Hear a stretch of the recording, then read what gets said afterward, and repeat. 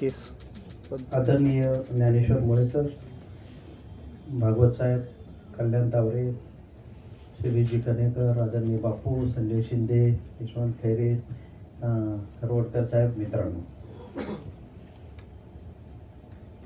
मी कल्याणरावला एवढंच म्हणलो की आपण ज्या उद्देशाने हा ग्रुप निर्माण केला होता त्याचं एक पहिलं निर्णायक पाऊल आज आपण टाकलंय असं म्हणायला हरकत नाही. कारण ग्रुपवरची कधी कधी वाद मी बघितलं की मी स्वतः घाबरतो आणि ते पहिलं बंद करून टाकतो. कारण माझ्या ऑफिसमध्ये हे दररोज चालू असतं आणि टी व्ही उघडल्यावर तर त्याच्यापेक्षा डेंजरस अवस्था आहे. म्हणजे आता रेवती मॅडमने जे कविता वाचली, आता शिरीष कणेकरांचं मनोगत जे आपण ऐकलं, या दोन्हीमध्ये नवेच अर्थ आता आपल्या बातम्या वाचताना आपल्याला बघायला मिळाले आहे. म्हणजे दररोज मी बघतो तर नवे नवे मराठी शब्द जे अधिकृतरित्या आता हेडलाईनचा भाग बनायला लागले आहेत. म्हणजे जाळण्याचा, म्हणजे चप्पल मारण्याचा, असं आजच्या हेडलाईन तुम्ही बघा, तुम्ही काय काय आहे अशीच अवस्था आहे. मारण्याचा, तर हे काय करायचं आहे मराठीचा, हा प्रश्नच आहे आपल्या सगळ्या. अशा वेळी आपला दिवाळी कम नवीन वर्षाचा शुभारंभाचा अंक येतो आहे. मला असं वाटतं की आपला मुख्य उद्देश कल्याणराव की सगळ्यांच्या जीवनात आनंद निर्माण करणे, असा एक साधी गोष्ट असायला. लोक कुठे का असत नाही, अमेरिकेत असू दे, ऑस्ट्रेलियात असू दे, बरोबर आहे. आणि ज्यांना ज्यांना शक्य आहे, जेवढे ऐपत आहे त्यामध्ये थोडा जर हात लावता आला कुणाला मदतीचा, तर ते करणे हा एक आपला मुख्य उद्देश आहे. मला बऱ्याच वेळा असं वाटतं की सगळे जगण्याचे प्रश्न हे लेखनामध्ये उतरायला पाहिजे. किंबहुना मला बापू असं अनेक वेळा वाटलं आहे की मंत्र्यांचं पुस्तक छापलं तर कोणी वाचत नाही, पण त्या रेस्ट हाऊसच्या खानसाम्याचं जर कादंबरी लिहिता आली मला फार मजा येईल. आणि एवढे अद्भुत किस्से मी असे गोळा करत आलो प्रशासनामध्ये. नाव मी सांगत नाही, पण एक फेमस मंत्री होते महाराष्ट्रात. त्यांच्या 1960 ते 80च्या काळात ते महाराष्ट्राचे फार प्रॉमिनंट मंत्री होते. आणि ते ज्या मिनिटाला रेस्ट हाऊसला एंट्री करायचे त्या मिनिटाला उकळता त्यांना चहा लागायचा. त्याचा काय परिणाम झाला ते मला प्रशासनात आल्यावर कळलं की त्यांची गाडी जर 5 किलोमीटर असेल तर तिथे एक माणूस मोटरसायकल घेऊन उभा असायचा. तो 1.5 किलोमीटर वाल्यापर्यंत निरोप द्यायचा की साहेब आलेले आहेत. तो तिथला एक रिले सारखा अजून एक माणूस निघायचा आणि तो दुसरीकडे जायचा, तो तिसऱ्याला निरोप द्यायचा आणि मग ते गाडीतनं उतरेपर्यंत ह्याचा चहा उकळलेला असायचा. तो मंत्री इकडून आणि तिकडनं चहा, असं ते मॅचिंग करण्यासाठी सगळे तहसीलदार, डेप्युटी कलेक्टर सगळे मेहनत करायचे. हे मराठी साहित्यात येईल का कधी, असं त्याच्यामुळे या अंकामध्ये घर थकलेले संन्यासी अशा लेखाने डॉक्टर राधाबांच्या याची सुरुवात आहे अंकाची. म्हणजे या 3 शब्दामध्ये बघा ना तुम्ही, घर थकलेले संन्यासी मध्ये किती गोष्टी सांगता येतील, आहे ना. म्हणजे त्याचबरोबर मला अतिशय आनंद आहे की आमचा सुप्याचा हनुमंत चांदगुडेची कविता याच्यात आहे. त्याचप्रमाणे विंदा महाजन, श्रीनिवास हेमाडे, नंदिनी दाते, राजू भावसार, बापू करंदीकर, पंकज झरेकर, संदीप देसाई, अनेकांचं लेखन याच्यात आलं आहे. किंबहुना आपण म्हणतोय बहुतेक 3 अंकांचं साहित्य आता आलं असण्याची दाट शक्यता आहे. आणि याच्यावर टीकात्मक ग्रंथ लिहायसाठी आपण वेगळी संधी काही जाणार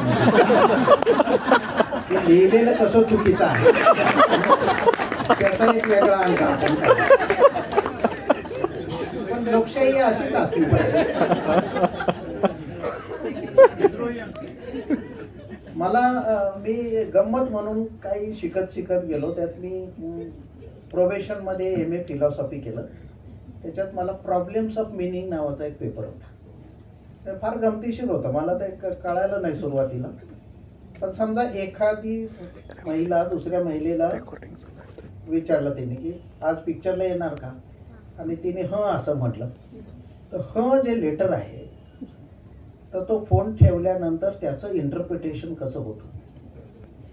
हचा अर्थ असा आहे बघ, मी फोन केला ना ती लगेच होय म्हणते.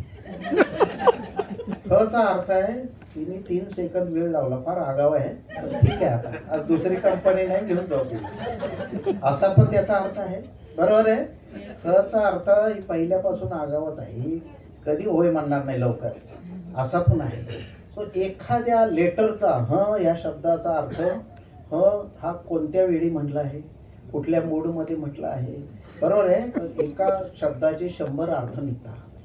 आणि म्हणून हा जो वाद आर्यबाबर मला दिसतो तो हाच असतो की शब्दामुळे हा माणूस तर काही ओळखीचा नसतो, मग त्याचं कसं चुकीचं आहे, तर त्याला पण विचारायला संधी मिळालेली नसते. म्हणून कधी कधी हे जे वाङ्मय आहे ना, हे एक्झॉस्ट फॅनसारखं काम करतं. त्याची विचारायची घरी बायको ऐकत नसती तर तो आर्यबाकरांना ऐकवतो. आपण त्याच्यात नाराज कशाला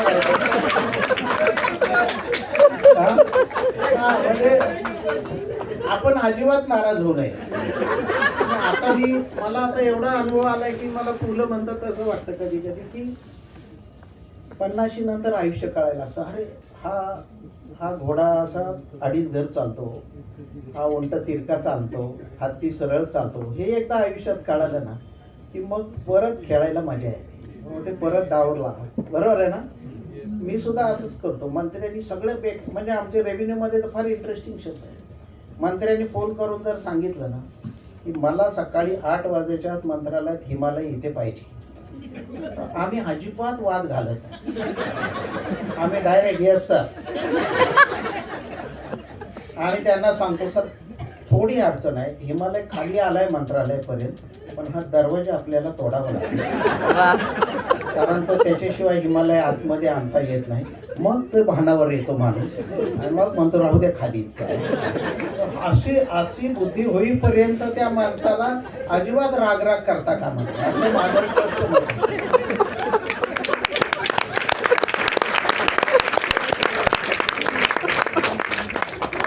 आणि प्रशासन माणसं असं सारखं मी कंपॅरिझन करत राहतो.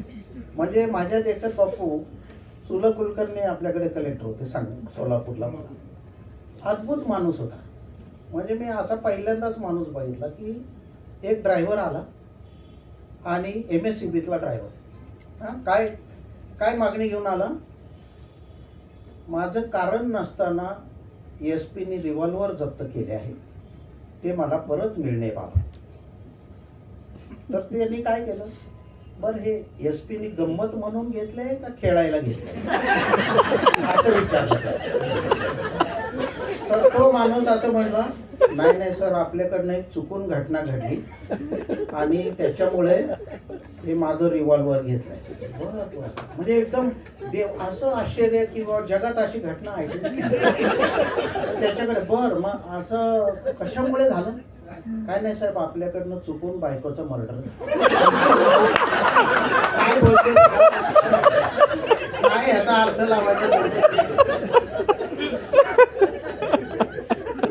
सर आपण बायकोला सांगितलं होतं नॉनव्हेज कर, तिने केलं नाही, माझं डोकं फिरलं, मी तिच्या डोक्यात पाटा घातला.